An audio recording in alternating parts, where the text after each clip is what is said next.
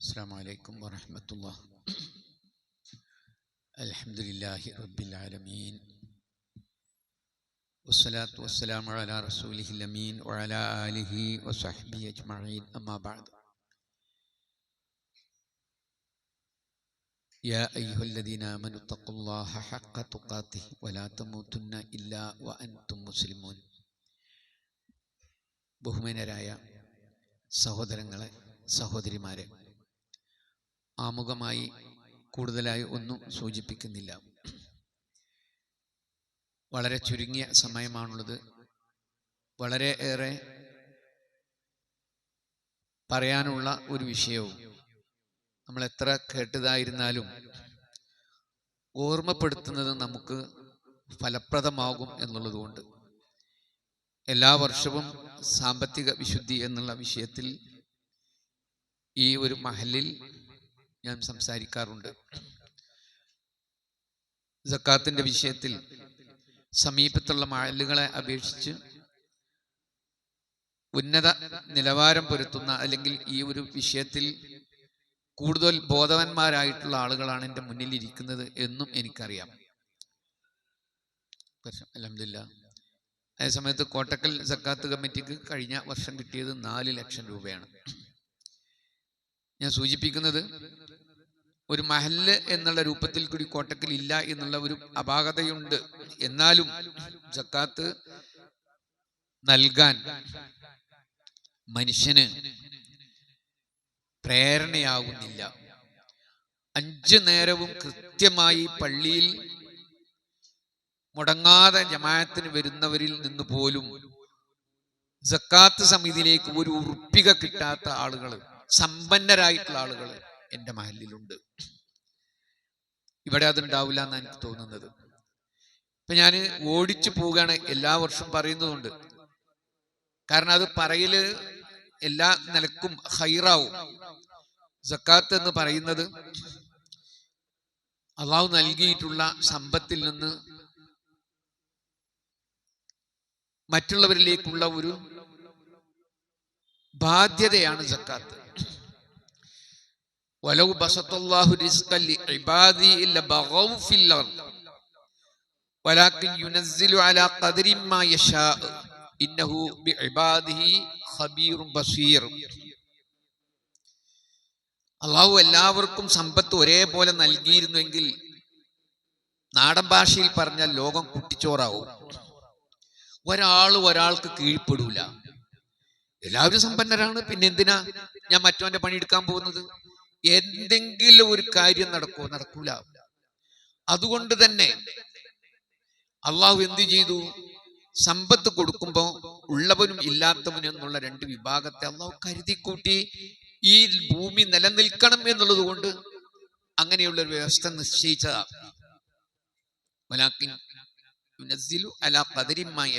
ഒരു നിർണയ ഖദർ അനുസരിച്ച് എല്ലാവർക്കും അള്ളാഹു കൊടുത്തു. ഇന്നഹു ബിഇബാദിഹി ഖബീറുൻ ബസീർ. അവന്റെ അടിമകളെ കുറിച്ച് അള്ളാഹു സസൂക്ഷ്മം അറിയുന്നവനാണ്. എന്നിട്ട് ആ അള്ളാഹ് പറഞ്ഞു,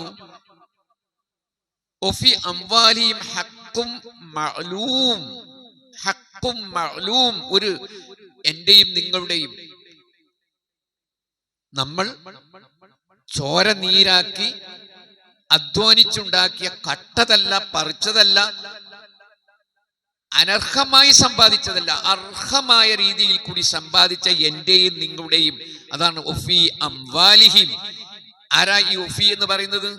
അള്ളാഹുവിന്റെ യഥാർത്ഥ വിശ്വാസം ഉൾക്കൊണ്ടിട്ടുള്ള അടിമകളുടെ സമ്പത്തിൽ ഒഫി അംവാലിഹിം ഹഖ്. ഒരു ഹക്കുണ്ട്. എങ്ങനത്തെ ഹക്ക്? മഅലൂം, നിർണിതമായിട്ടുള്ള ഒരു ഹക്കുണ്ട്. ഞാനോ സക്കാത്തോ അത് നോക്കിയിട്ടുണ്ടെങ്കിൽ ഞാന് അപ്പുറം കൊടുത്തിട്ടുണ്ടാവും. അങ്ങനെ കൊടുക്കാൻ പറഞ്ഞിട്ടില്ല അല്ലാഹ്. അത് സ്വതക്കയാണ്. സക്കാത്ത് പറഞ്ഞ ഹക്കും മഅലൂം, നിർണിതമായിട്ടുള്ളൊരു ഓഹരി.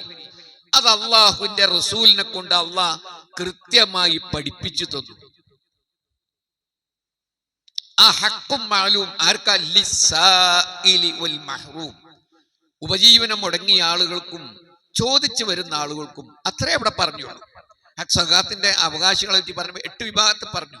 ഏറ്റവും അർഹമായിട്ടുള്ള അവകാശികൾ എന്ന് പറയുന്നത് പട്ടിണി പാവങ്ങൾ തന്നെയാണ്.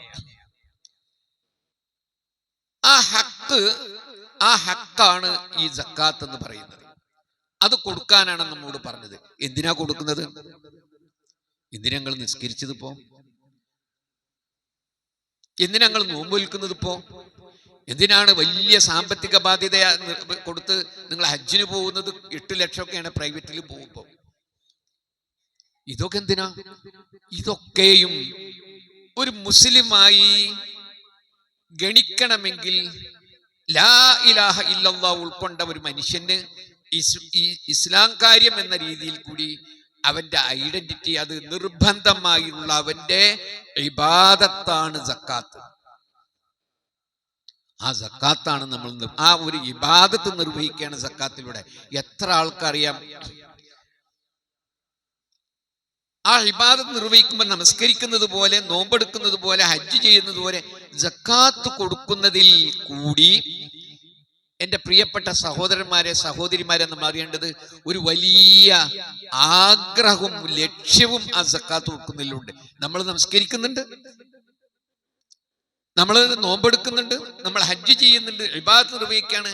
പക്ഷെ സക്കാത്ത് കൊടുക്കുന്നതിലൂടെ ഈ ഇബാദത്ത് നിർവഹിക്കുന്നതിന് പുറമെ ഞാനും നിങ്ങളും ആഗ്രഹിക്കേണ്ടുന്ന ഒരു കാര്യമുണ്ട്. അതല്ലെങ്കിൽ നമുക്ക് അതിലൂടെ ലഭിക്കുന്ന മറ്റൊരു കാര്യം കൂടിയുണ്ട്. അതെന്താണെന്നറിയാം നിങ്ങൾ?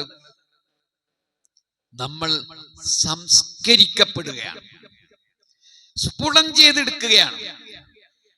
അള്ളാഹു റസൂലിനോട് പറയാണ്, ഒഫി നിങ്ങൾ ഖുദ് മിൻ അംവാലിഹിം സ്വദഖ, നീ അങ്ങ് അല്ലെങ്കിൽ റസൂലേ നീ അവരുടെ സമ്പത്തിൽ നിന്ന് സ്വതക്ക സ്വീകരിക്കുക. സക്കാത്ത് എന്ന പദത്തിലേറെ സക്കാത്തിന് അള്ളാഹു ഉപയോഗിച്ച വാക്കൊക്കെയും സ്വതക്കയാണ്. ഇന്നമ സ്വതഖാത്തു ലിൽ ഫുഖറാഇ വൽ മസാകീന വൽ ആമിലീന. സക്കാത്തിന്റെ അവകാശികളെ പറ്റി പറഞ്ഞപ്പോഴും വാക്ക് ഉപയോഗിച്ചത് ഏതാ? സ്വതക്ക എന്ന. നിർബന്ധമായ സക്കാത്ത് സ്വീകരിക്കാൻ വേണ്ടി റസൂലിനോട് ആവശ്യപ്പെട്ടപ്പോൾ ഉപയോഗിച്ച വാക്കു എന്താ? സ്വതക്ക എന്ന. അപ്പൊ സക്കാത്തും സ്വതക്ക, ഖൈർ എന്ന രീതിയിൽ കൂടി വ്യത്യസ്ത പദങ്ങൾ അള്ളാഹു ഉപയോഗിച്ചു. അവരിൽ നിന്ന് സക്കാത്ത് സ്വീകരിക്കുക. എന്തിനുപകരിക്കുമാറ്? തുസക്കീഹിം, അവരെ സംസ്കരിക്കാൻ, തുതഹിറുഹും വതുസക്കീഹിം, തുഹൂറാക്കാൻ, അവരുടെ സമ്പത്തിൽ നിന്ന്, ഞാൻ നേരത്തെ പറഞ്ഞ നമ്മൾ അധ്വാനിച്ച് കഷ്ടപ്പെട്ട് ചോര നീരാക്കി ഉണ്ടാക്കിയ സമ്പത്തിൽ ഒരു തരം മാലിന്യമുണ്ട്, അന്യന്റെ ഹക്ക്. ആ ഹക്ക് കൊണ്ട് വാങ്ങിയാൽ ഓലെ സമ്പത്ത് ശുദ്ധിയായി. അട്ടിയാക്കിയ പുത്തൻ നോട്ട് അലമറയിൽ വെച്ചു എന്ന് കരുതി അതിൽ മാലിന്യമില്ലാതിരിക്കില്ല. നോട്ടൊക്കെ പുതിയതാ, പക്ഷെ ഈ ഹക്ക് കൊടുത്തിട്ടില്ല എങ്കിൽ അവന്റെ സമ്പത്ത് മുഴുവനും നശിച്ചു പോകും, ദുഷിച്ചു പോകും. അതെങ്ങനെ? മക്കൾ പറഞ്ഞു കേൾക്കൂല, പരീക്ഷണങ്ങൾ ഉണ്ടാവും, കഷ്ടപ്പാടുകൾ ഉണ്ടാവും. അത് നമുക്കത് അറിഞ്ഞുകൂടാ. സക്കാത്ത് കൊടുത്ത് ശുദ്ധീകരിക്കുമ്പോഴാണ് അത്. അപ്പൊ സക്കാത്ത് കൊടുക്കുന്നതിലൂടെ ഇബാദത്ത് നിർവഹിക്കുന്നതിന് പുറമെ നമ്മുടെ സമ്പത്ത് ശുദ്ധിയാകുന്നുണ്ട്. മാത്രമല്ല, ആ സക്കാത്ത് കൊടുക്കുന്ന മനുഷ്യന് കിട്ടുന്ന ഒരു വല്ലാത്ത ആത്മസംതൃപ്തിയുണ്ട്. അവൻ സംസ്കരിക്കപ്പെടും. ഓന്റെ അടുത്തേക്ക് ഒരു റെസീറ്റ് ബുക്ക് ചെയ്തിട്ട് വരുമ്പോ ഓന്റെ മുഖം ചുളിയൂല, പുറത്തേക്ക് ചിരിക്കുന്നുണ്ടെങ്കിലും പല ആളുകളും റെസീറ്റ് ബുക്ക് കാണുമ്പോ പണ്ടാറടക്കാൻ എന്നുള്ള നിലക്ക് കൊടുക്കൂല. ഓൻ സന്തോഷത്തിൽ, ഓനറിയാ ഇതെന്റെ സമ്പാദ്യമാണ്. നമുക്കറിയാലോ, നോമ്പെടുത്ത് വിശ്രമിച്ചു കൊണ്ടിരുന്ന വലിയങ്ങാടിയിലുള്ള 4 ആളുകളുടെ മേലേക്ക് ആ കെട്ടിടം പൊളിഞ്ഞു വീണ് ആരെങ്കിലും അറിഞ്ഞിരുന്ന സഹോദരന്മാരെ എപ്പോഴാണ് തിരിച്ചു പോവുക? പക്ഷെ എന്റെ ഈ സക്കാത്ത് ഞാൻ സംസ്കരിക്കുക വഴി, ഞാൻ ഈ കൊടുക്കുക വഴി, ഞാൻ അതിലൂടെ സമ്പാദിക്കുകയാണ് എന്റെ നാളത്തേക്ക് എന്ന് ഇവന്റെ മനസ്സിലുണ്ടാവും. അതാണ് സക്കാത്തിന്റെ ഒരു ലക്ഷ്യം. മറ്റൊരു ലക്ഷ്യം ഇബാദത്ത് എന്ന് പറയുന്നത്. മറ്റൊരു ലക്ഷ്യം നമ്മളൊക്കെ ആഗ്രഹിക്കേണ്ടത്, സക്കാത്ത് കൊടുക്കുമ്പോൾ ആഗ്രഹിക്കേണ്ടത് നമ്മുടെ മനസ്സിലുണ്ടായത്, പടച്ചവനെ എന്റെ സക്കാത്ത് കൊടുക്കുക വഴി എനിക്ക് വളർച്ച ഉണ്ടാകണമേ. സക്കാത്ത് എന്ന പദത്തിന്റെ അർത്ഥം തന്നെ വളർച്ച എന്ന. അപ്പൊ നമ്മൾ സക്കാത്ത് കൊടുക്കുമ്പോ അറിയാതെ നമുക്ക് കണക്കനുസരിച്ച് 1 ലക്ഷത്തിൽ നിന്ന് 5%, 10%, 2% കൊടുക്കുമ്പോ സംഖ്യ കുറയാണ് ചെയ്യല്ലേ. പക്ഷെ അള്ളാഹ് എന്താ പറഞ്ഞു? ഇതാണ് കൊടുത്താൽ നിന്റെ സമ്പത്തിന് വളർച്ചയുണ്ടാവും. ഇത് പറയുന്നത് ആരാ? എന്നെ സൃഷ്ടിച്ച എന്റെ രക്ഷിതാവ്. അപ്പൊ സക്കാത്ത് കൊടുക്കുന്നതിലൂടെ എന്തുണ്ട്? എന്റെ സമ്പത്തിന് വളർച്ചയുണ്ട് എന്ന ആഗ്രഹവും നമ്മൾക്ക് ഉണ്ടായിരിക്കണമെന്നാണ്. ഇനി നോക്കൂ നിങ്ങൾ, ആരാ സക്കാത്ത് കൊടുക്കേണ്ടത്? ആരൊക്കെയാണ് സക്കാത്ത് കൊടുക്കേണ്ടത്? സക്കാത്ത് കൊടുക്കേണ്ടത് ഗനിയാണ്. ഫക്കീർ കൊടുക്കണ്ട. ഗനിയിനെ സക്കാത്തുള്ളൂ, ഉറപ്പ്, ഒരു സംശയവുമില്ല. ഗനിയ സക്കാത്ത് കൊടുത്താൽ മതി. മുആദ് ബിൻ ജബൽ റളിയല്ലാഹു അൻഹുവിനെ യമനിലേക്ക് പ്രതിനിധിയായി ഖലീഫയായി നിയോഗിക്കുന്ന സമയത്ത് അള്ളാഹുവിന്റെ റസൂൽ പറയുന്നുണ്ട്, നീ അവിടെ വേദക്കാരായിട്ടുള്ള ആളുകളും ഒക്കെയുണ്ട്, ഇസ്ലാമിക പ്രബോധന പ്രവർത്തനം കൂടിയാണ്, അവരോട് പറയണം, ലാ ഇലാഹ ഇല്ലല്ലാഹിലേക്ക് ക്ഷണിക്കണം. അവരത് അംഗീകരിച്ചു കഴിഞ്ഞാൽ അവരോട് പറയണം, നിങ്ങളുടെ മേൽ 5 വഖ്ത് നമസ്കാരം നിർബന്ധമാക്കിയിട്ടുണ്ട്, ആ നമസ്കാരം നിങ്ങൾ കൃത്യമായി നിർവഹിക്കണം. അതും അവർ അംഗീകരിച്ചിട്ടുണ്ടെങ്കിൽ പിന്നീട് അവരോട് പറയാൻ വേണ്ടി ആവശ്യപ്പെട്ടുള്ള കാര്യം നീ അവരെ അറിയിക്കണം, അന്നല്ലാഹ ഖദ് ഫറള അലൈക്കും സ്വദഖ. അവിടെയും ഉപയോഗിച്ച വാക്ക് സ്വദഖ എന്ന, നിങ്ങളുടെ മേൽ അള്ളാഹു നിർബന്ധമാക്കിയിട്ടുണ്ട് സ്വദഖ. ആ സ്വദഖ നിർബന്ധമാക്കിയതാണ് തുഖ്ദു മിൻ അഗ്നിയാഇഹിം, നീ അത് സ്വീകരിക്കേണ്ടത് അവരിൽ നിന്നുള്ള അഗ്നിയാ, ഗനിയിന്റെ ബഹുവചനമാണ് അഗ്നിയാ. അവരിൽ നിന്ന് നീ ഗനിയായിട്ടുള്ള ആളുകളിൽ നിന്ന് നീ സ്വദഖ സ്വീകരിക്കണം. അതുപോലെ തന്നെ തുറദ്ദു അലാ ഫുഖറാഇഹിം, അവരിലുള്ള പാവങ്ങളിലേക്കാണ് നീ അത് വിതരണം ചെയ്യേണ്ടത്. ഇത്ര ക്ലിയർ. സക്കാത്ത് കൊടുക്കേണ്ടത് ആരാണ്? നമ്മളിലുള്ള ഗനിയാണ്. ഇവിടെ ഇരിക്കുന്ന എത്ര ആളുകളുണ്ട്? ഇൻകം ടാക്സ് കൊടുക്കേണ്ടത് ആരാ? ഇൻകം ടാക്സ് കൊടുക്കേണ്ടതിന് അതാത് സർക്കാർ നിയമിച്ചിട്ടുള്ള, നിയോഗിച്ചിട്ടുള്ള, പിന്നെ നിശ്ചയിച്ചിട്ടുള്ള വരുമാനം ആർക്കുണ്ടോ ഓല് കൊടുത്താൽ മതി. അപ്പൊ സക്കാത്ത് കൊടുക്കേണ്ടത് ആരാണ്? ഗനിയാണ് കൊടുക്കേണ്ടത്. ഈ പറഞ്ഞ അള്ളാഹുവിന്റെ റസൂൽ തന്നെ സക്കാത്ത് കൊടുക്കുന്നതിന് ഗനിയാവുന്നതിന് വേണ്ടിയുള്ള നിബന്ധനയും പറഞ്ഞു. ആരാണ് ഗനിയ്? സക്കാത്തിന്റെ വിഷയത്തിൽ ഗനി എന്ന് പറയുന്ന ഒരുപാട് സമ്പത്തുള്ളവനല്ല എന്ന് ഹദീസുണ്ട്. ഞാൻ ഹദീസൊന്നും പറയാൻ സമയമില്ലാത്തതുകൊണ്ട് കിടക്കുന്നില്ല. പക്ഷെ അള്ളാഹുവിന്റെ റസൂൽ പറഞ്ഞു, 3 ആക്കിയിട്ട് സമ്പത്തിനെ തരംതിരിച്ചു അള്ളാഹിന്റെ റസൂൽ. നമുക്ക് 4 ആക്കാൻ ഒരു അധികാരമില്ല. എന്നിട്ട് ആ പറഞ്ഞിട്ടുള്ള ആ 3 ഇനം എന്ന് പറയുന്നത് ലൈസ ഫീമാ ദൂന ഖംസ ദൗദി മിനൽ ഇബ്ലി സ്വദഖ. ഇത്ര ക്ലിയർ. മുത്തഫഖുൻ അലിയായുള്ള ബുഖാരി റിപ്പോർട്ട് ചെയ്തിട്ടുള്ള സംശയമില്ലാത്ത, ഒരു ന്യൂനതയില്ലാത്ത ഹദീസ്. ഏതൊരാൾക്കാണോ 5-ൽ താഴെ ഒട്ടകമുള്ളത് ഓൻ സക്കാത്ത് കൊടുക്കണ്ട. കാലികളെ വളർത്തുന്നതിന്റെ കൂട്ടത്തിൽ അതിന്റെ നിസാബ് നിശ്ചയിച്ചത് 5 ഒട്ടകം വരെ ഉള്ളവൻ സക്കാത്ത് കൊടുക്കണ്ട. 5 ഒട്ടകമുള്ള ഒരാളാണ് എങ്കിൽ ഗനിയായി. സക്കാത്തിന്റെ വിഷയത്തിൽ പണ്ഡിതന്മാർ പിന്നീട് അതിനെ ആ ഹദീസിനോട് ബന്ധപ്പെടുത്തിക്കൊണ്ട് പറഞ്ഞു, 40-30 മാടുണ്ട് എങ്കിൽ, പശുവും എരുമയും വളർത്തുന്ന ആളാണെങ്കിൽ അത് 30 എണ്ണം ആണ് എങ്കിൽ സക്കാത്ത് 30 ആയി കഴിഞ്ഞാൽ ഗനിയായി. ആടിന്റെ വിഷയത്തിൽ 40 എന്ന് പറഞ്ഞു. നമുക്കിവിടെ അത് വിഷയമല്ലാത്തതുകൊണ്ട് അതിൽ കൂടുതൽ വിശദീകരിക്കേണ്ട. ഗനിയിന് അങ്ങനെ നിശ്ചയിച്ചു. പിന്നീട് പറഞ്ഞു വലൈസ ഫീമാ ദൂന ഖംസ അവാഖിൻ സ്വദഖ. 5 ഊഖിയയിൽ താഴെയുള്ള വെള്ളിക്കും സ്വദഖയില്ല. അതാണ് ഇന്ന് നമ്മൾ പറയുന്ന 590 ഗ്രാം വെള്ളി എന്ന് പറയുന്നത്. ആ 590 ഗ്രാം വെള്ളിക്ക് താഴെയാണ് ഒരാളുടെ ഒരു വർഷത്തെ വരുമാനമെങ്കിലും ഓൻ സക്കാത്ത് കൊടുക്കണ്ട. ഓൻ ആരല്ല വലിയല്ല. 590 ഗ്രാം വെള്ളിക്ക് നേരത്തെ അസീസാജി വന്നപ്പോൾ തന്നെ ചോദിച്ചു, 14,000 റുപ്യ ശമ്പളമുള്ള സക്കാത്ത് കൊടുക്കണമെന്ന്. ഒരു കൊല്ലത്തേക്ക് 14,000 ഇൻറ്റു 12 കൂട്ടിയിട്ടുണ്ടെങ്കിൽ എത്ര ഉണ്ടാവും? 1,60,000 അടുത്തായി. അപ്പൊ ഗനിയ എന്ന് പറയാൻ, സക്കാത്ത് കൊടുക്കാൻ വേണ്ടിയിട്ടുള്ള അള്ളാഹുവിന്റെ റസൂൽ നിശ്ചയിച്ച പരിധി എന്ന് പറയുന്നത് 590 ഗ്രാം വെള്ളിയ ഒരു വർഷത്തേക്ക്. ഇനി നോക്ക് നിങ്ങൾ, കാർഷിക സമ്പത്തിന്റെ പറഞ്ഞു വലൈസ ഫീമാ ദൂന ഖംസത ഔസുഖിൻ സ്വദഖത്തുൻ. വസ്ക് എന്ന് പറഞ്ഞിട്ടുണ്ടെങ്കിൽ അന്നത്തെ അളവായി. ഇന്നത് കണക്കാക്കുമ്പോഴെന്താണ് 6 കിൻഡൽ എന്ന് പറയുന്ന, അല്ലെങ്കിൽ നമ്മൾ 2,200 ഇതിന് കണക്കാക്കുന്നതെങ്കിൽ 6 കിൻഡലും 200 പിന്നെ 20 കിലോനും. അപ്പൊ അത്രക്കും ഒരു വർഷത്തിൽ അത് കാരക്കയാണ് പറഞ്ഞിരുന്നത്. ആ കാരക്ക 5 വസ്ക് എന്ന് പറയുന്നത് നമ്മൾക്ക് ഇവിടെ മുഖ്യം ഭക്ഷ്യവിള എന്ന് പറയുന്നത് അരിഭക്ഷണമാണ്. അപ്പൊ 6 കിൻഡൽ അരിക്ക്, അല്ലെങ്കിൽ 6 കിൻഡലും 20 കിലോനും, അത്രയും അരിക്ക് തുല്യമായിട്ടുള്ള നാളികേരമോ കുരുമുളകോ റബ്ബറോ ഏതാണെങ്കിലും അത്രയും വിലക്ക് തുല്യമായിട്ടുള്ള, അപ്പൊ 1 കിൻഡൽ അരിക്ക് എത്രയെന്നുള്ളത് നോക്കിയാൽ മതി. അപ്പൊ 6-6.5 കിൻഡൽ അരിക്ക് തുല്യമായിട്ടുള്ള കാർഷിക വിള നമുക്കുണ്ടാകുന്നുണ്ടെങ്കിൽ സക്കാത്ത് കൊടുക്കുന്നതിനുള്ള ഗനിയായി. ശമ്പളത്തിന്റെ വിഷയത്തിൽ ഞാൻ പറഞ്ഞു, അതിപ്പോ ഈ നാണയ വിളയും നമുക്ക് 590 ഗ്രാം വെള്ളി, ഇന്നത്തെ വെള്ളിന്റെ വില അനുസരിച്ച് 590 ഗ്രാം വെള്ളിക്ക് നോക്കിയിട്ടുണ്ടെങ്കിൽ 1,30,000 ഏകദേശം വരും. ഇനി നമ്മൾ പേടിക്കുന്ന എന്താ? ഇത് കൂടി കൂടിയൊന്നും ഞാൻ പറയുന്നത്, ഇത് പടച്ചോനെ ഇത്രയുള്ള ഞാൻ സക്കാത്ത് കൊടുക്കേ, ഇതിന്റെ ചെലവ് എന്ന് പറഞ്ഞെങ്കിൽ അതിനെക്കാട്ടും വലുതാണല്ലോ, എനിക്കൊന്നും ബാക്കി ഉണ്ടാവൂലല്ലോ.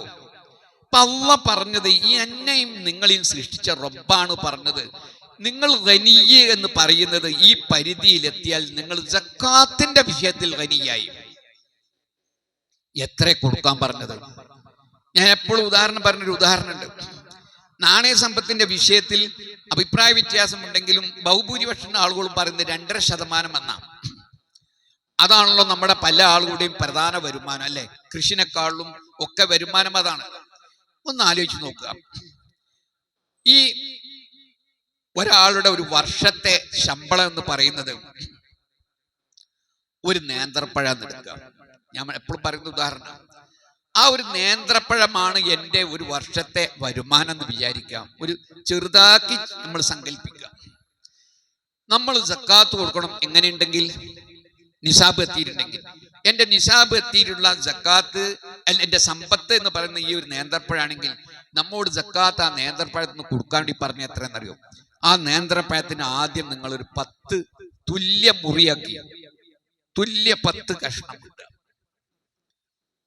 എന്നിട്ട് അള്ളാഹ് പറയാണ്, നമ്മോട് പറയാം, അള്ളാഹ് നമ്മളെ ഇരുത്തിയിരിക്കുകയാണ്, അല്ലെങ്കിൽ റസൂൽ നമ്മളെ ഇരുത്തിയിരിക്കാം.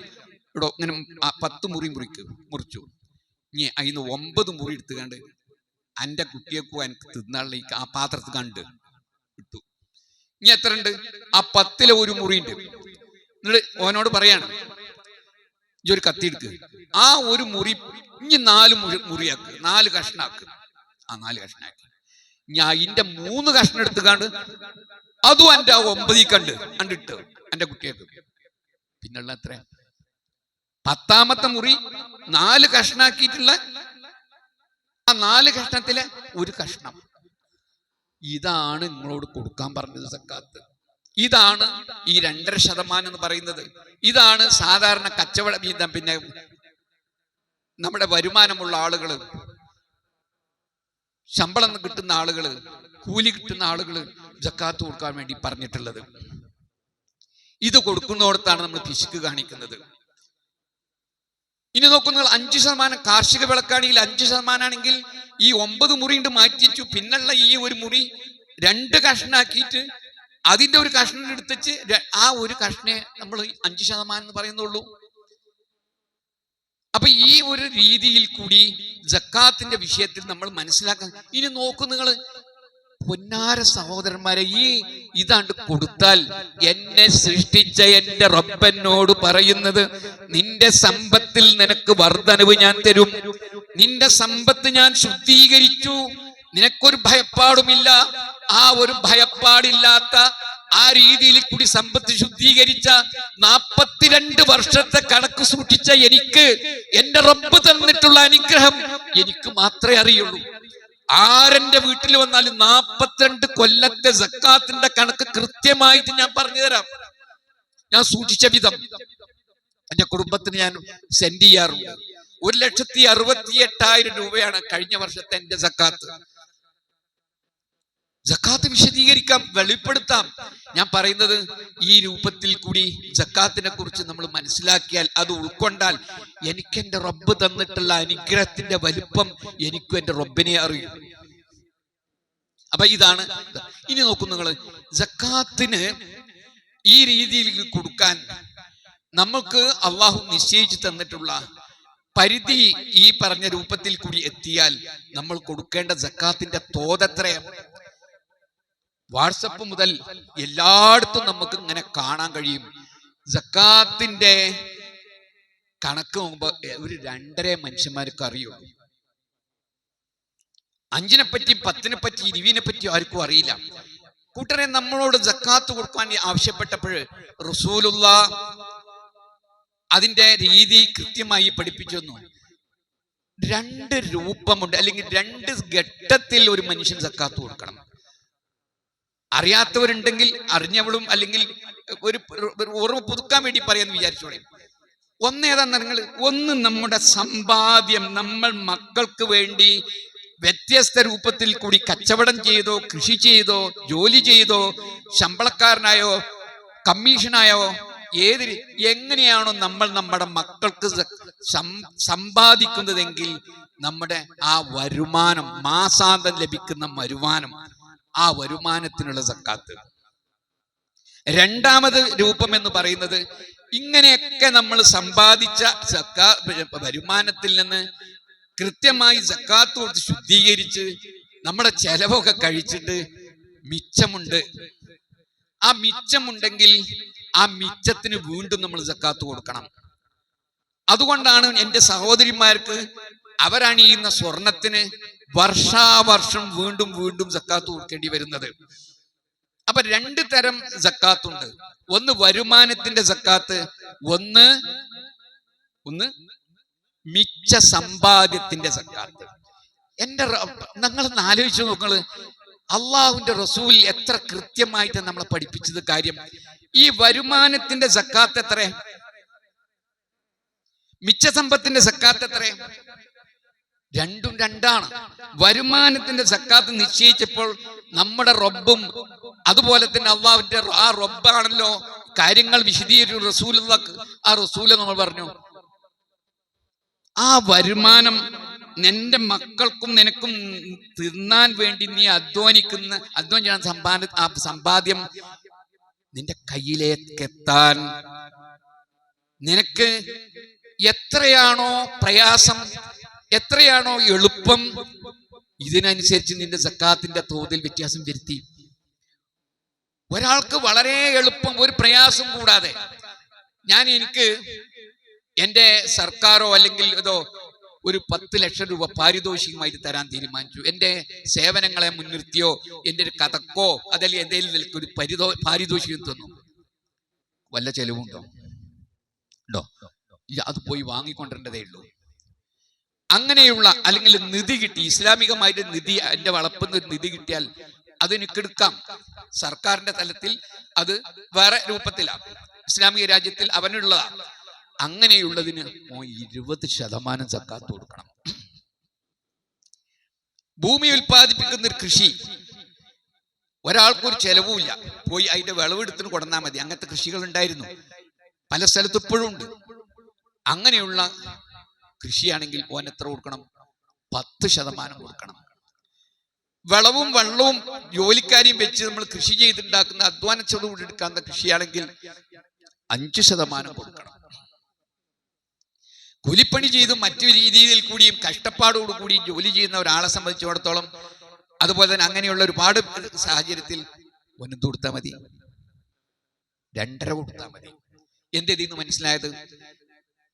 അവനവന്റെ വരുമാനത്തിന് അവന് അനുഭവിക്കേണ്ട എളുപ്പത്തിന്റെയും കഷ്ടപ്പാടിന്റെയും അടിസ്ഥാനത്തിൽ 2.5, 5, 10, 20 എന്ന രൂപത്തിൽ കൂടി കൊടുക്കണം.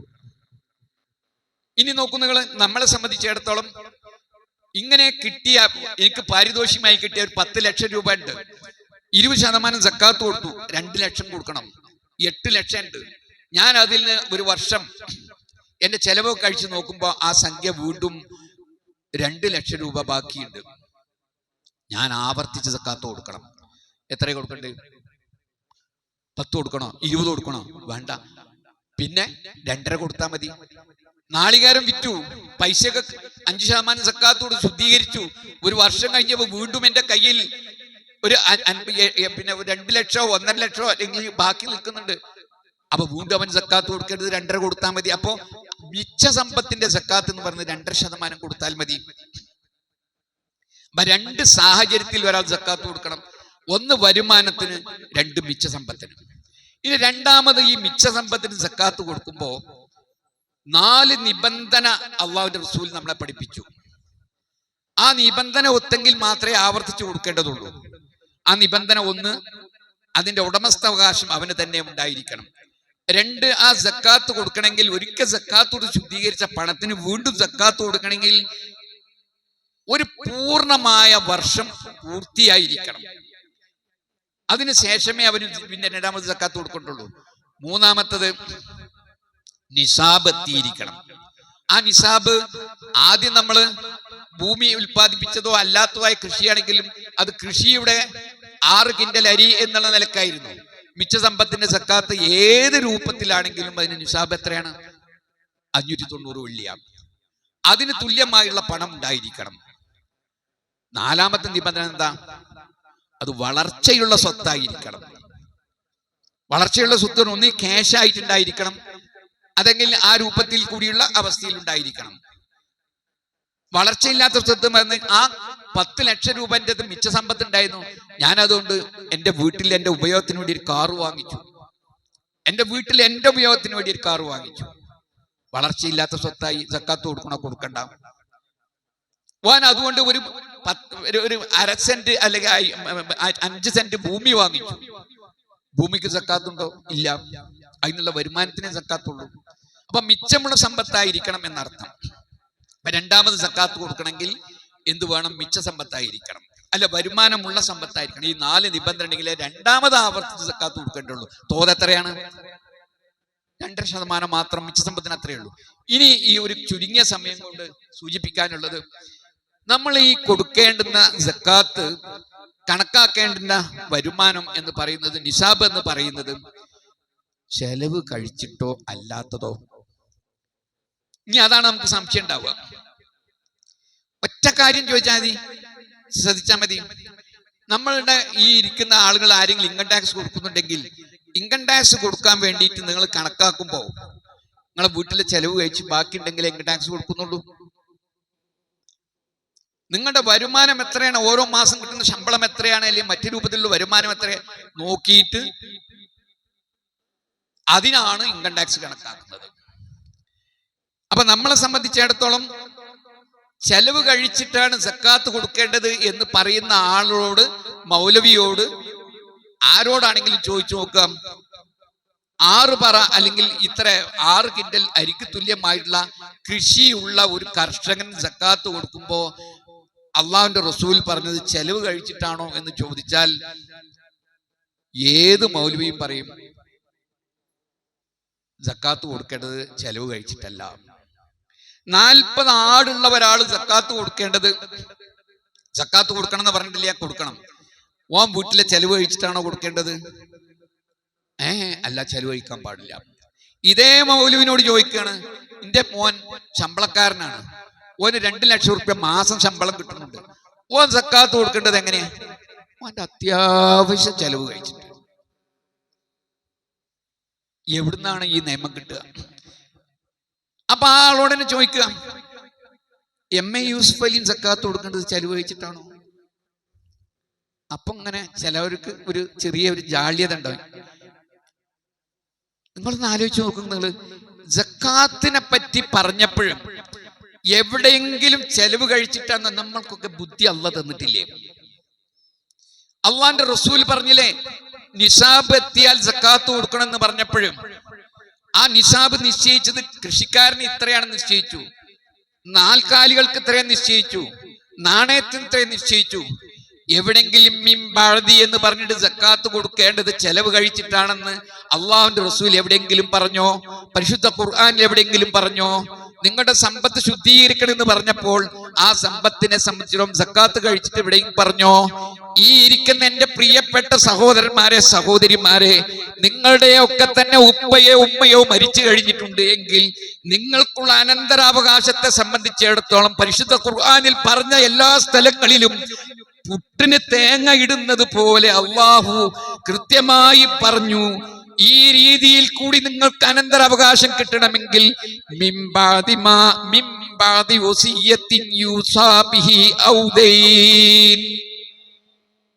എത്ര സ്ഥലത്താ പറഞ്ഞത്?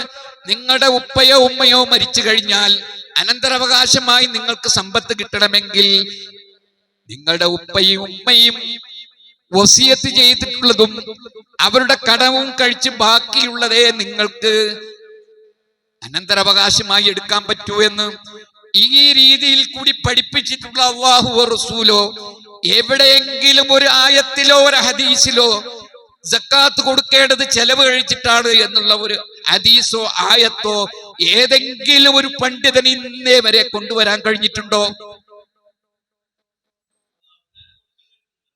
ഞാൻ പറയട്ടെ, ഈ രീതിയിൽ കൂടി കാര്യങ്ങൾ നമ്മൾ മനസ്സിലാക്കാം. ഞാൻ ഈ അള്ളാഹുവിന്റെ ഭവനത്തിൽ ഈ ഒരു സന്ദർഭത്തിൽ എത്രയോ പ്രയാസങ്ങൾ ഉണ്ടായിട്ടും അതൊക്കെ ഒഴിവാക്കി ഇവിടെ വന്നത് ഈ കാര്യങ്ങൾ കൃത്യമായിട്ട് നിങ്ങളോട് പറയാൻ എന്റെ റബ്ബനോട് ചോദിക്കും. ഞാൻ നിങ്ങളെ തെറ്റിദ്ധരിപ്പിക്കുവാനോ സക്കാത്തിൽ നിന്നും വ്യതിചലിപ്പിക്കുവാനോ അല്ലെങ്കിൽ ദുർന്യായം നടത്താനോ അല്ല പറയുന്നത്. എന്റെ റബ്ബിനെ സാക്ഷിയാക്കിയാണ് ഞാൻ പറയുന്നത്. അപ്പൊ ആ രീതിയിൽ കൂടിയാണ് കാര്യങ്ങൾ നിങ്ങൾ മനസ്സിലാക്കേണ്ടത്. സഹോദരന്മാരെ, ഞാൻ ഇങ്ങനെ നോക്കേണ്ടത്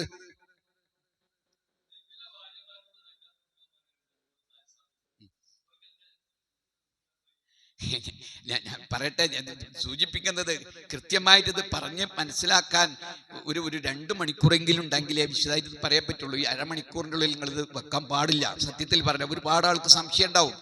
ഞാൻ പറയുന്നത് കൃത്യമായും ഒരു സംശയമില്ലാതെ വിശദീകരിക്കപ്പെടുന്ന ഒരു വിഷയമാണ് സക്കാത്ത്. ഒരു കെട്ടിക്കൊടുക്കൂല, ഉണ്ടാക്കുകയാണ് മനുഷ്യന്മാർ കരുതി കൂട്ടി.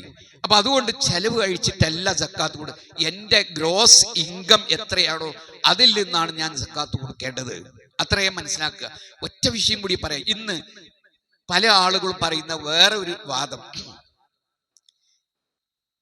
നമ്മുടെ സഹോദരിമാരുടെ സ്വർണ്ണാഭരണവുമായി ബന്ധപ്പെട്ട് 590 ഗ്രാം വെള്ളിക്ക് തുല്യമായുള്ള സ്വർണമുണ്ടെങ്കിൽ സക്കാത്ത് കൊടുക്കണം. നബിയുടെ കാലത്ത് സക്കാത്തിനെ സംബന്ധിച്ചിടത്തോളം 85 ഗ്രാം വെള്ളിക്കും സ്വർണത്തിനും 590 ഗ്രാം വെള്ളിക്കും ഒരേ വിലയായിരുന്നു. അപ്പോ സക്കാത്ത് കൊടുക്കാൻ വേണ്ടി സ്വർണത്തിന്റെയും വെള്ളിയുടെയും നിസാബ് നിശ്ചയിക്കുമ്പോൾ പാവങ്ങൾക്ക് അനുകൂലമുള്ളത് ഏതോ അതാണ് എടുക്കേണ്ടത്. അപ്പൊ പൂർണ്ണമായും വെള്ളിയുടെ വിലയിലാണ് സക്കാത്ത് കണക്കാക്കേണ്ടത്. അപ്പൊ 590 ഗ്രാം വെള്ളിക്ക് തുല്യമായുള്ള സ്വർണം നിങ്ങളെ കയ്യിലുണ്ടോ? നിങ്ങൾ എന്ത് ചെയ്യണം? സക്കാത്ത് കൊടുക്കണം. പക്ഷെ എന്റെ പ്രിയപ്പെട്ട സഹോദരിമാരെ, അള്ളാഹുവിന്റെ റസൂൽ നിങ്ങളോട് പറഞ്ഞിട്ടുള്ള ഒരു കാര്യം, ആ രീതിയിൽ കൂടി അന്നത്തെ ആ കാര്യത്തിൽ സ്വർണ്ണാഭരണം എന്ന നിലയിൽ നിങ്ങൾ അണിയുന്ന സ്വർണമാണ് എങ്കിൽ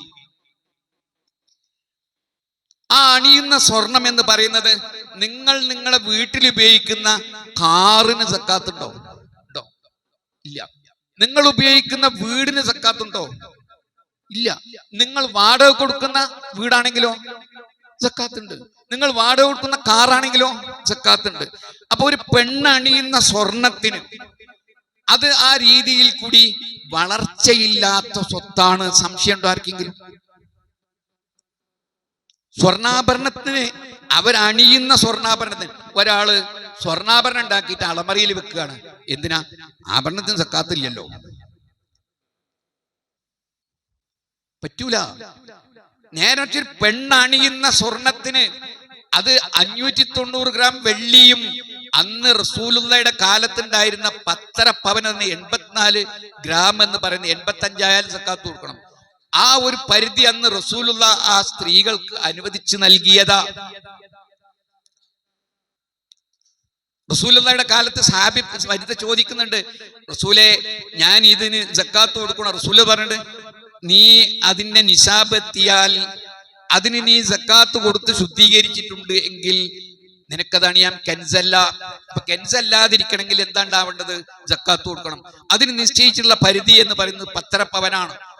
അപ്പൊ നമ്മളെ സംബന്ധിച്ചിടത്തോളം ഒരു സ്ത്രീ അവൾ ഉപയോഗിക്കുന്ന സ്വർണ്ണാഭരണം 1.5 പവനിൽ അധികമില്ല എങ്കിൽ അവൾ സക്കാത്ത് കൊടുത്തില്ലെങ്കിൽ കുറ്റക്കാരിയല്ല. നിന്റെ വീട്ടിൽ 4 കാറുണ്ടെന്ന് വിചാരിച്ചോ.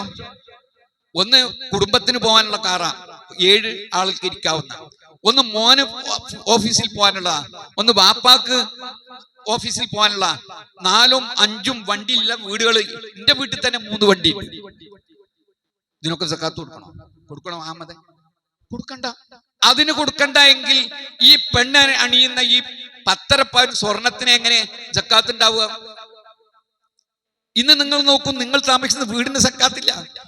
28 കോടി രൂപയുടെ വീട് എന്റെ ഒരു സുഹൃത്തിന്റെ, എന്റെ ഒരു കുടുംബക്കാരന്റെ വീടുണ്ട്. കോഴിച്ചിനെ പോയാൽ പുതിയടുത്ത് മുസ്തഫാജി പറയുന്ന ആൾക്കാർ പറഞ്ഞുണ്ടാവും. 28 കോടി രൂപയാണ് ആ വീടിന്റെ ചെലവ്. സക്കാത്ത് കൊടുക്കണം വീടിന്. ആ കായ്ക്ക് സക്കാത്ത്. ഈ 28 കോടിയുടെ വീടുണ്ടാക്കുന്നത് ധൂർത്താണ് അല്ലേ? കുറ്റക്കാരനാണോ? അതൊന്നും അല്ല വിഷയം. ഈ വീടിന് സക്കാത്തുണ്ടോ? ഇല്ല. അപ്പൊ അതൊന്നുമില്ലെങ്കിൽ ഈ പറയുന്ന ആളുകൾ ഈ പെണ്ണിന് സ്ഥിരമായിട്ട് തന്നെ ഒരു 4 പവനുണ്ട്, കഴുത്തിലും കാതിലും കൂടിയിട്ട് 5 പവനുണ്ട്, അല്ലെങ്കിൽ 6 പവനുണ്ട്, ഒരു സാധാരണ അണിയുന്ന, അതിന് സക്കാത്ത് ഉണ്ട് എന്ന് പറഞ്ഞ് പേടിപ്പിക്കേണ്ട കാര്യമുണ്ടോ? ഇനി ഒരാൾ കൊടുക്കുകയാണെങ്കിലോ പുണ്യാണ്, കൊടുത്തില്ലെങ്കിലോ ഓളെന്താവൂല? കെൻസല്ല, സക്കാത്ത് കൊടുക്കാത്ത ശിക്ഷാർഹമായിട്ടുള്ള സ്വർണ്ണല്ല അനുഭവിക്കുന്നത്. ഇത് പല രീതിയിൽ പല ആളുകളും ആ രീതിയിൽ കൂടി പറയുന്നുണ്ട്. ഇന്നൊരു 8 പവനോ 10 പവനോട് ഒരു പെണ്ണ് സക്കാത്ത് കൊടുക്കണം, എല്ലാ കൊല്ലം കൊടുക്കണം. എത്ര ഒരു പവനെന്ന്? 1 ലക്ഷത്തിന്റെ മേലെ. അപ്പൊ 10 പവനുണ്ടെന്ന് വിചാരിച്ചോ, 10 ലക്ഷത്തിന് എത്ര സക്കാത്ത് കൊടുക്കണം? 25,000 രൂപ കൊടുക്കണം കൊല്ലം. ഓള് അണിയുന്ന ഈ സ്വർണത്തിന് അവൾക്ക് അനുവദിച്ചതല്ലേ, അള്ളാഹ് റസൂൽ പറഞ്ഞതല്ലേ. അപ്പൊ ആ രൂപത്തിൽ കൂടി ഈ രീതിയിൽ കൂടി ഒരാൾ കൊടുക്കുകയാണെങ്കിൽ പുണ്യമാണ്, കൊടുത്തില്ലെങ്കിൽ അവൾ എന്തല്ല കുറ്റക്കാരിയാവൂല. ഞാനിത് ഈ പറയുന്നത് അള്ളാഹുവിന്റെ റസൂൽ അന്ന് അനുവദിച്ച പരിധി എന്ന് പറയുന്നത് എത്ര? 10. അപ്പൊ 28 കോടി രൂപയുടെ വീടിന് സക്കാത്ത് കൊടുക്കാതെ ഈ പറഞ്ഞ 20 പവൻ ഉണ്ടെങ്കിൽ എന്തിനാ കൊടുക്കണം? അതും ഉപയോഗിക്കുന്ന ഓളാളെ 20 പവൻ ഉപയോഗിക്കുന്ന ഒരു പെണ്ണാന്ന് വിചാരിക്കോ. സ്ഥിരമായിട്ട് ഓളെ കൗത്തിലും കാതിലും അരിയിലും ഒക്കെ 20 പവൻ. പക്ഷെ റസൂലുള്ള പറഞ്ഞു ഈ 1.5 പവനിലേറുണ്ടെങ്കിൽ സക്കാത്ത്. എന്താ അറിയോ? മനുഷ്യന്റെ ഒരു ദ്വരയാണ്, മനുഷ്യന്റെ ഒരു ആഗ്രഹമാണ് ഇങ്ങനെ സ്വർണത്തിനോട്. അത് വേണ്ടടോ, അത് വേണ്ട. ആ 1.5 പവൻ എന്ന നിലയിൽ റസൂലുള്ള കാലത്താണ് ഇന്നത്തെ വീടെങ്കിൽ എന്താവും സ്ഥിതി? ഇന്നത്തെ വീടിന്റെ അവസ്ഥ എന്താവും? സഹോദരങ്ങളെ, ഞാൻ നിർത്തുകയാണ്. ഞാൻ പറയണ്ടേ, അബ്ബാസ് ബിൻ അബ്ദുൽ മുത്തലിബിന്റെ, അബ്ബാസ് റളിയല്ലാഹു അൻഹുവിന്റെ ഒരു അത്യാവശ്യം തരക്കടില്ലാത്തൊരു വീട് ഉണ്ടാക്കി എന്ന് പറഞ്ഞപ്പോ റസൂലുള്ള അബ്ബാസ് റളിയല്ലാഹു അൻഹുവിനെ വിളിച്ചിട്ട് വരുത്തിയിട്ട് പറഞ്ഞു, ആ വീടാണ് പൊളിച്ചാളാറ്. അബ്ബാസ് റളിയല്ലാഹു അൻഹു പറഞ്ഞു, റസൂലെ, ഞാനത് വിറ്റുകാണ്ട് ആ പണം ധർമ്മം ചെയ്താൽ പോരാ പോലെ പൊളിച്ചാണ്ട് കളഞ്ഞാണ്. അബ്ബാസ് റളിയല്ലാഹു അൻഹു പൊളിക്കാൻ പറഞ്ഞു. എന്താ കാരണം എന്നറിയങ്ങള്? അബ്ബാസ് റളിയല്ലാഹു അൻഹു ആ വീടുണ്ടാക്കിയാൽ അങ്ങേപ്പുറത്ത് ഇരിക്കണ ഓനും തോന്നും ഞാനും തരക്കടില്ല, അതൊന്നും ഉണ്ടാക്കട്ടെ. ഈ ദ്വര, നമ്മുടെ ഈ വീട് ഇങ്ങനെ വലുതാകാൻ കാരണം എന്താ? ഒന്ന് കാണുമ്പോഴാണ് ആ ഒരു ചിന്ത വേണ്ട എന്ന നിലയിൽ അതേ രൂപത്തിൽ കൂടിയാണ് സ്വർണ്ണാഭരണത്തിന് ഇങ്ങനെ ഒരു പരിധി നിശ്ചയിച്ചതുകൊണ്ട് ആ പരിധിയിൽ അപ്പുറമുള്ള സ്വർണത്തിന് ഏറിക്കഴിഞ്ഞാൽ മുഴുവത്തിനും സക്കാത്ത് കൊടുക്കണം. പരിധിന്റെ ഉള്ളിലാണെങ്കിൽ സക്കാത്ത് കൊടുക്കണ്ട. ഞാൻ ഈ ഒരു സന്ദർഭത്തിൽ ഇത്രയും കാര്യങ്ങൾ ഞാൻ പറഞ്ഞു. എന്താണ് സക്കാത്ത്, എന്തിനാണ് സക്കാത്ത്, ആരാണ് സക്കാത്ത്, എത്രയാണ് സക്കാത്ത്, എപ്പോഴാണ് സക്കാത്ത് എന്നീ കാര്യങ്ങളാണ് ഞാൻ സൂചിപ്പിച്ചത്. അതുപോലെ തന്നെ ചെലവ് കഴിച്ചിട്ടാണ് സക്കാത്ത് എന്നുള്ള ആ ഒരു ധാരണ നമുക്കുണ്ടാവാൻ പാടില്ല എന്നും ഈ രീതിയിൽ കൂടി സ്വർണ്ണാഭരണത്തെ സംബന്ധിച്ചിടത്തോളം അള്ളാഹു നമുക്ക് അനുവദിച്ചിരുന്ന, അള്ളാഹുവിന്റെ റസൂൽ അനുവദിച്ചിരുന്ന ആ പരിധി അത് നമുക്ക് ഉപയോഗിക്കുന്നതിന് തെറ്റില്ല എന്നുമാണ് ഞാൻ സൂചിപ്പിച്ചത്. ഇത്രയും കാര്യങ്ങൾ ചുരുങ്ങിയ സമയത്ത് വിശദീകരിച്ചു. എനിക്ക് എങ്ങനെയായിരുന്നാലും എൻ്റെ പള്ളിയിൽ ഞാൻ ചെന്ന് ചെയ്യേണ്ട കുറെ ഉത്തരവാദിത്തമുള്ളത് കൊണ്ട് നീട്ടിക്കൊണ്ടുപോകാൻ നിർവാഹമില്ലാത്തതുകൊണ്ട് ഞാൻ അവസാനിപ്പിക്കുകയാണ്. അള്ളാഹു ഞാൻ ഈ പറഞ്ഞതും നിങ്ങൾ കേട്ടതും ഇത് നാളെ നമുക്ക് എല്ലാവർക്കും ഗുണകരമാവുന്ന ഒരു സ്വാലിയായ കർമ്മമായി അള്ളാഹു സ്വീകരിക്കുമാറാവട്ടെ. അള്ളാഹുവെ, ഞങ്ങളുടെ ജീവിതത്തിൽ സംഭവിച്ചു പോയിട്ടുള്ള വീഴ്ചകൾക്കും അതുപോലെ തന്നെ ഞങ്ങളുടെ അറിവില്ലായ്മ കൊണ്ട് സംഭവിച്ചിട്ടുള്ള തെറ്റുകൾക്കും നീ ഞങ്ങളെ പിടികൂടി ശിക്ഷിക്കരുതേ തമ്പുരാനെ. അള്ളാഹുവേ, ഈ റമദാനിലെ ദിനരാത്രങ്ങൾ പൂർണ്ണമായും ഉപയോഗിക്കുവാൻ ഞങ്ങൾക്ക് നീ തൗഫീഖ് നൽകി അനുഗ്രഹിക്കണമേ തമ്പുരാനെ. റബ്ബന തഖബ്ബൽ മിന്നാ ഇന്നക അൻത സമീഉൽ അലീം വതുബ് അലൈനാ ഇന്നക അൻത തവ്വാബുർ റഹീം. ആമീൻ ബിറഹ്മതിക യാ അർഹമർ റഹീമീൻ. അസ്സലാമു അലൈക്കും വറഹ്മത്തുള്ളാഹി.